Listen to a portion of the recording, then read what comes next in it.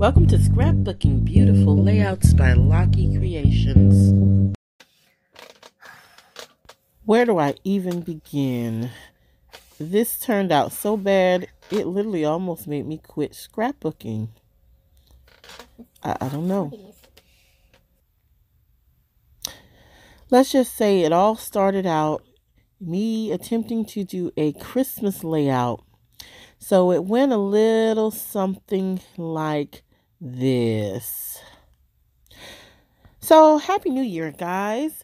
I'm back, Lucky Creations, with a scrapbook tutorial on how I will do a multiple size picture page with pictures from a Christmas party. And I'm using my HP Sprocket to get the 2x3 size photos. Normally I print my photos in a 3x4 size, but I wanted to include some of these that I had in my phone, so I just printed them out with my Sprocket. So this was my initial design thought. So I have my tablet there just to take a picture because I wanted to do some mixed media. So what I'm doing now is just picking some white cardstock just to mat my photos. When I first started out, this was so great. I got my pictures and kind of had even a good idea for design, and I was all happy because I'm getting back into scrapping. So this part went really well. I'm in those pictures that I printed from my HP Sprocket. Those are backed with adhesive already. So I'm using this little L ruler that I got from Dollar Tree to just make sure I kind of put my pictures on straight, as well as my ruler that comes with my magnetic make art board. So again, this went really well. A little OCD, so I kind of keep moving some of the pictures here and there because I didn't want a really wide border between those pictures. I just wanted a little bit of white peeking through. So you see me just adjusting stuff. After I did all that to get the ruler, I still kind of take some of the pictures out and readjust them just because I didn't want to have a huge border. Okay, so I'm going to just trim those pictures down from that white mat. Because again, mixed media is what I'm going to do under the area under those photos. So I didn't want to leave all that white space. Okay. So, yep, that is the design that I want my pictures to be in. So now I'm just taking a pencil and going under those photographs just so I kind of have a template of where my mixed media was going to go. So I had gone ahead and got a lot of mediums. I got some texture paste, a stencil. I got all the glittery and sparkly silver and gold paints and mediums that I had. So initially, what I thought I would do is maybe back the back of my pictures and some of that paper, but that was a little busy. I like this paper, so I'm going to take this paper that has these snowflakes aside, take it out and put it aside because I know I wanted to add some snowflakes. I didn't know if I wanted to use a stencil because I've used that snowflake stencil a lot. And this is where it went wrong. Okay, so let's just talk about it. This layout was something I was initially grabbing first of all, my first mistake, I grabbed this really old distress ink pad in this reddish color, and I just started kind of blobbing it on, and that looked a hot mess. It looked just a hot mess, and I thought I had water in my little sprayer, and I started spraying the water, and it was really alcohol, so it was spreading everywhere. Yeah, so after I just kept messing and putting some shimmer that I thought was gold that was more pink, this is the monstrosity that I ended up with. And you saw me there with the ink pad just kind of putting it on there. I was trying anything at this point, but this is definitely not what I had envisioned my mixed media to look like. But you see, I'm a trooper. I'm not giving up. So I'm trying everything under the sun. I'm trying to add some of this gold Mundo Llama paint from Target, which I hate that brand. For one, because it's so hard to get out, as you just saw me struggling right there to kind of pour it out. It doesn't have a pourer, so yeah, at this point I was probably saying a few profanities, which is breaking my other New Year's resolution. So I'm just drying it up here. I added some speckles, as you can see. I was trying to add to maybe dull down some of that harsh color at the bottom. So got some white acrylic paint here, and you see I'm going over that and trying to use some water maybe to dab up some of that color, but it just was not really changing the look for me. And hate is a strong word, but I absolutely hated the way that this looked. And at this point, I just like, why am I doing this? Why am I continuing to torture myself?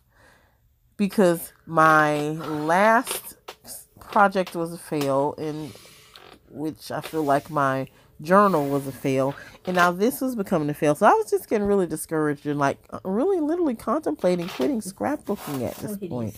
So here's how I remix this thing.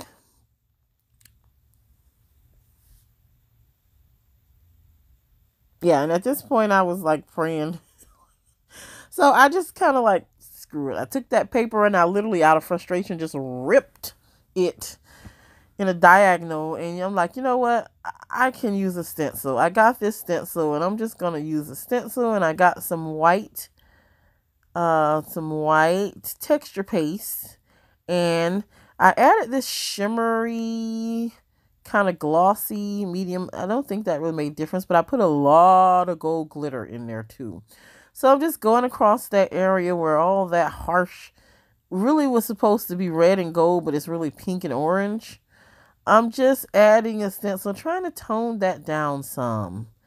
And you know, sometimes with your mixed media, when you make mixed media mistakes like this, don't give up, because even though while you're in the process of making it, it might look a hot doggone mess like this did, as you will see, the evolution of it and how it turned out was not something that I necessarily hated as much as it was. Yeah, I had to go to my Pepsi. Needed a lot of Pepsi during this. Pepsi is my drink of choice. Just really stopped thinking about it, and I just started like doing. After I got my caffeine in my system, I just kind of started just doing, and somewhere in this, you know, came the idea, okay, I can maybe salvage this. So I'm gonna keep going. Like at this point, yeah, I was mad and I just didn't even care about recording it anymore. I actually had deleted that first part of the video, but I brought it back because I wanted it to be part of the story. This is the honest part of this story, that sometimes your projects don't turn out the way you want to. They don't turn out perfect, but you can recover. Okay, so what I'm doing now, I added this gold cardstock because I want a lot of gold in here. And yeah, that was really pretty, really shimmery. I love anything glittery and sparkly, so that was a nice touch. In hindsight, I maybe would not have lifted it up on this foam adhesive because I do have several layers of cardstock with my photo matting. And so, yeah, lifting it up like this, it really, really is raised up from the page. But it's okay. It's, you know, it didn't really hurt it. Okay, so embellishment time.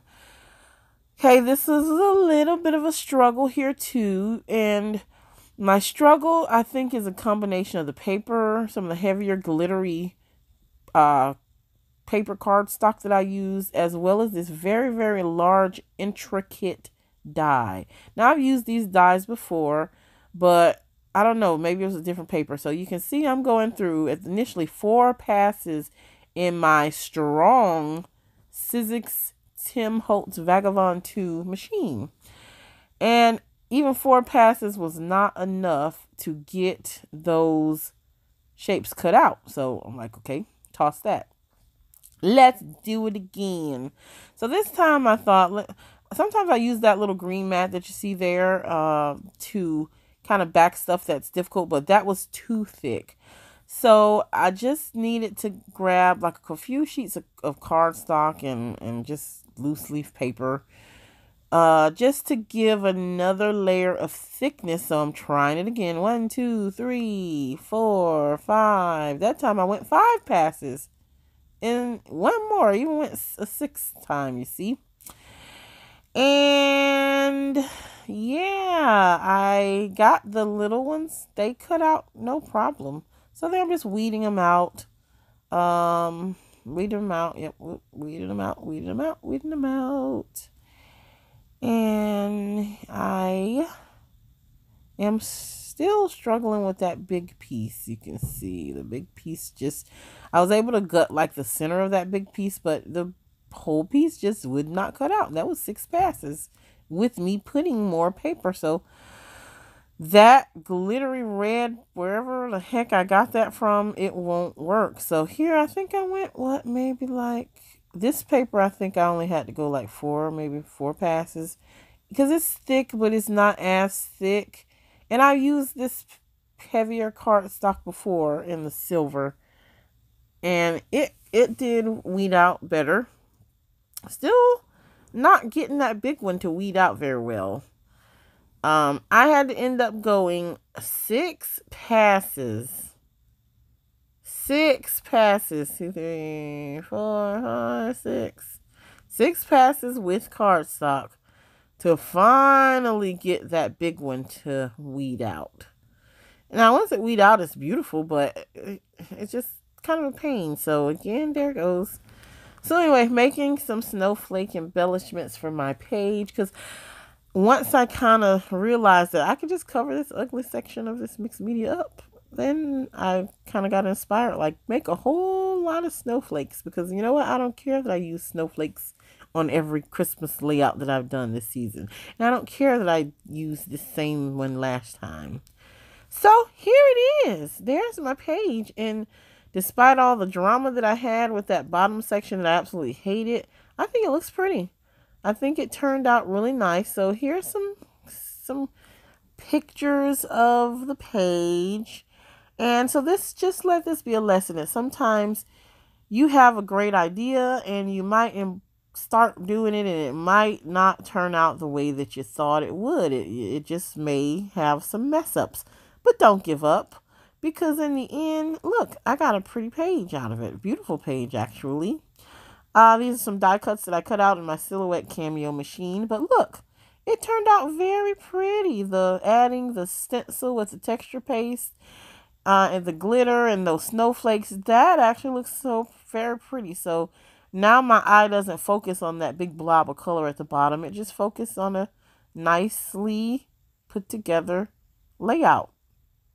So don't give up. Keep on going, and just know that you can always recover from your messes up.